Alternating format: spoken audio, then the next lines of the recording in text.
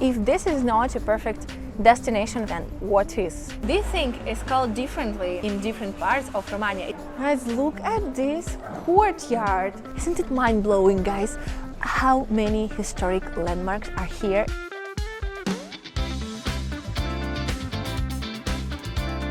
Hey guys, welcome back to my channel. We keep exploring the Adriatic coast of Italy for the best holiday destinations, and today we are in Rimini. Rimini is a really lovely city. I've been here several times and I actually like it. It's a famous holiday destination for summer, but it's also a rather big city where people live all year round. There is a university campus of the University of Bologna here, and there are lots of students, there are lots of people, lots of families, and it's a very vibrant and lively city. It also boasts an incredible seashore, and most importantly, Rimini has a huge amount of historic landmarks, so if you're a history lover, this place is for you. Some of the monuments even date back to the Roman times, guys, and I'm so excited to explore this city together with you. So if you're ready, let's go with me.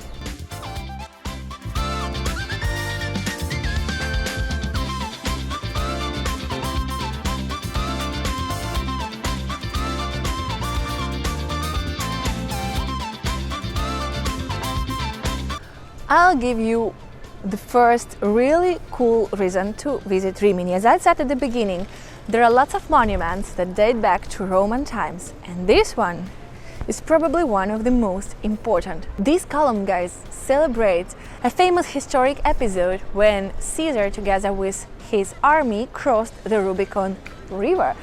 This episode has turned into a phrase that we use all the time, to be at the Rubicon, to cross the Rubicon, and this column, guys, is here since the Roman times.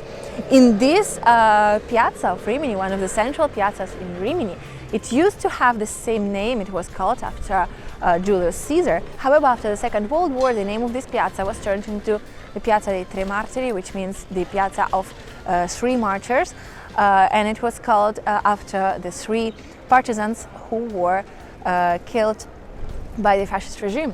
And today it's a lovely place, you know. Today it's a place where lots of people, locals and tourists gather together. There are lots of bars and restaurants, lots of shops, and yeah, it just gives you this very nice vibe, you know. It's not, it doesn't feel like a holiday destination only. It really is a big city with a very active life, and I absolutely like it.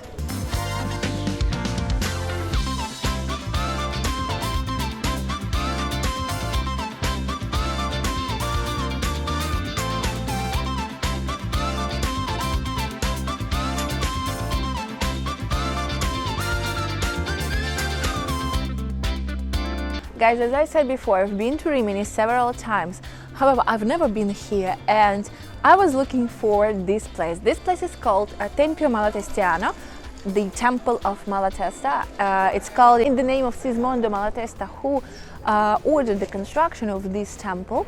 And it is basically a normal church, a Catholic church. However, it's called temple. And there are several reasons for that. Basically, Sismondo was very passionate about astrology and esoterics and occultism and various mystic studies and paganism as well. And it is said that he ordered to construct this church, this temple, using the pagan symbols. He was very much hated by the Pope Pio II. Although that hatred was caused by basic geopolitics, Pope Pio II defined this church as a pagan temple, basically because he despised Sismondo. However, here already from the outside you can see the letters I and S. I don't know if you can see them very well. However, that's really interesting because the letter S stands for Sismondo and the letter I stands for the name of his lover. Her name was Isotta, so that's where you get the S and I. However, some people said that IS actually standed for the acronym of Isis, the goddess, the pagan goddess, because if you double the symbol, that would make Isis her name. And I think that's really curious because, you know, it was in the 15th century and people were looking for something else, something more knowledge. Alchemy was very popular back then, and that's clear why Sigismund was so fond of all of this secret knowledge he could get. I'm getting really hungry, guys, and I want to give you one very useful tip for basically all travel, especially when you're traveling to Italy. It's not one of my budget videos, although I have a bunch of them, and I will leave you the links up here and in the description box to my budget travel videos. However, if you want to eat well, if you want to eat something local and save some money, I highly recommend you to head towards the central market wherever you are in Italy. Around the central markets you will usually find all these small places that are locally owned, and the people there are usually very friendly and nice. There are locals there, and locals go there for lunch or for dinner, and you will find some amazing quality and amazing variety of local food. And I'm going there right now, and I'm taking you with me.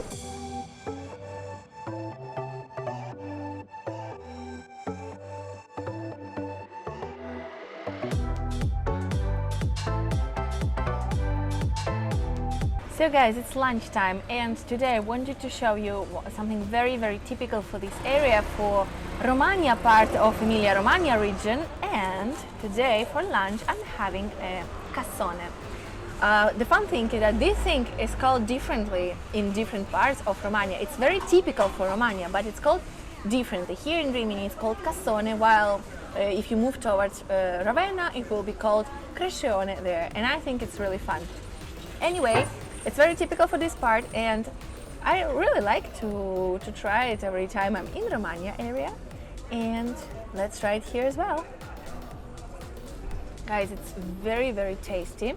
You have this part of dough that is quite crispy, and then inside, in this one, I have mozzarella, potatoes, and ham, just normal ham, prosciutto cotto, and you can find a huge variety of fillings for cassoni or crescioni, and I highly recommend you to try them if you happen to be in Romagna and if you really like to try various street food, because I think that street food is very characteristic and it tells you a lot about the area and the local people. Here, this cassone tells me that these people are very welcoming, and they really like tourists and they really like travelers because they welcome them with such a good food.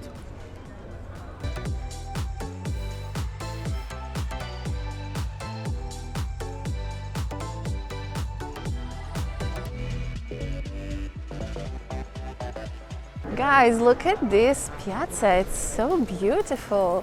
I really like it. Let's go and have a look what we can find here.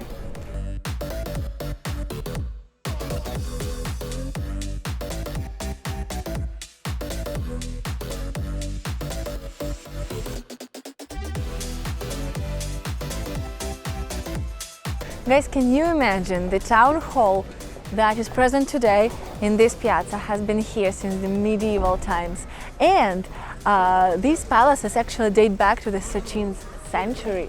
How incredible is that? Also, come have a look at this fountain that is really famous in Rimini, because even Leonardo da Vinci talked about this fountain when he visited the city in the 16th century. Isn't it mind-blowing, guys?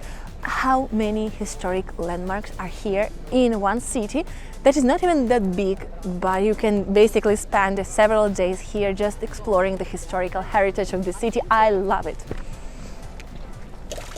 I also think this fountain is made in this really curious way. I really love how it's constructed, guys. And yeah, I just really love fountains in the cities because, you know, when it's hot, and it's getting hot, the fountains are the lifesavers. And now, another place that I want to show you, in the same square basically, is this historical fish market. It dates back to the 17th century. Guys, can you imagine, so many centuries ago, fishermen catching fresh fish, fresh seafood, bringing it here to sell it here to the locals.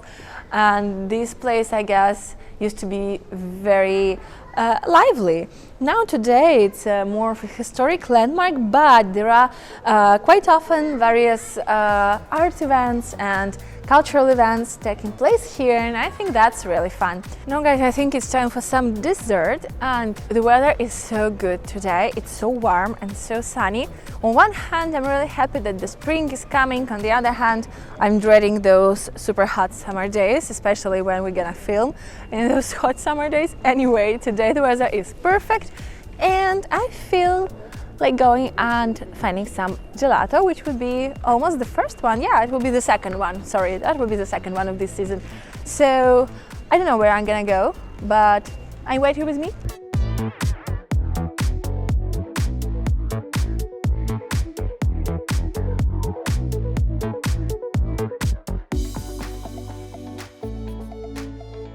So guys, I got two tastes. 2 scoops. One is strawberry. I normally never choose strawberry gelato, however, I think it's the season of strawberries, so I feel like it. And the second one is white chocolate with salted caramel using salt from Cherry, which is a really nice smaller city not far from Rimini that is famous for its salt production. It's been historically famous for its salt production, so I find it really cool to have these local products. Now let's try it. Guys, it's so good. I really like it, and I highly recommend you to have gelato here in Made in Gelato if you happen to visit Rimini. Guys, I don't know if you remember my most recent vlog from Venice, the budget travel vlog from Venice. However, there we found a rhinoceros, and here there is another rhinoceros that we found by a total chance. I didn't look for it, but I think that might be a sign of something. I should probably Google it. What do you think, guys? I think I've been meeting too many rhinoceros for Italy. Anyway, I'm here for another reason. There is the Museum of Fellini. If you don't know, guys, Federico Fellini, one of the greatest directors of all times probably, was born here in Rimini. And probably his art was quite influenced by this city because he loved this city, and even though he didn't live here for his entire life, he came back here quite often. And I didn't know about the existence of this museum, and I found it by total chance as well. I just saw a rhinoceros first actually, and then I stumbled upon this museum. However, if you are into cinema, I think this place is a must. Visiting Rimini is a must if you're into cinema because, you know, guys, it's Fellini's birthplace. If you don't know, during my bachelor's I did film and theater studies, so I'm quite a film nerd and I absolutely love Fellini's films. So guys, this place is a must for any film junkie.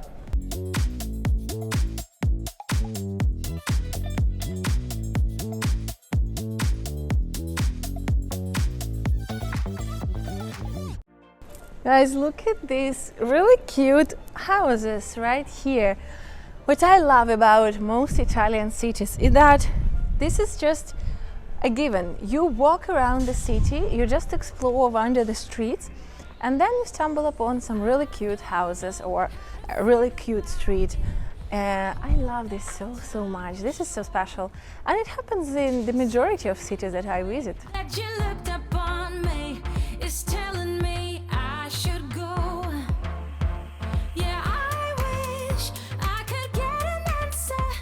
Speaking of Fellini, guys, did you know that San Juliana, the fisherman area, historically fisherman area of Rimini, used to be one of his favorite parts? And you can have a look at this area from here with these cute little houses, the view of these cute little houses, and the Tiberius Bridge that divides the city center and San Giuliano area. This part of the city is definitely one of my favorites too. The bridge itself, guys, was built during the Emperor Augustus' reign. Can you just imagine how old is it? And you can still walk it here today, and you can still touch it and feel this energy of the ancient Romans. As I said before, this city is absolutely magnificent because it has so many historical places. It conserves all this ancient Roman heritage, but also it has the newer places like the medieval palaces and the castle, and of course the Fellini's heritage as well. And you know, the seaside, everything. This city literally has everything, and also good food. I think if this is not a perfect destination for holiday or a trip to Italy, then what is?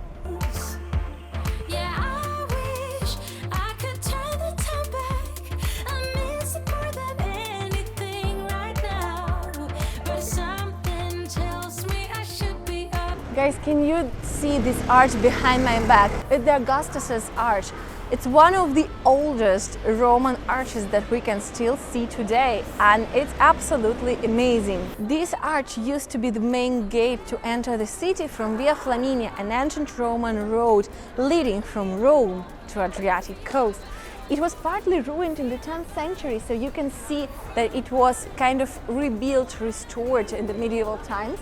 And you can see this vast difference between the Roman part and the medieval part. But still, guys, can you imagine just how old is it? Guys, look at this courtyard. It's absolutely lovely. There is a restaurant here and inoteca and also a co-working space. Besides running my YouTube channel, guys, I'm also a freelance writer. It's kind of my day job and I work remotely. And guys, I'd love to work in a co-working space like this one. Just imagine working in a courtyard like this or even inside one of these cute areas. I think Bologna needs to take note from Rimini.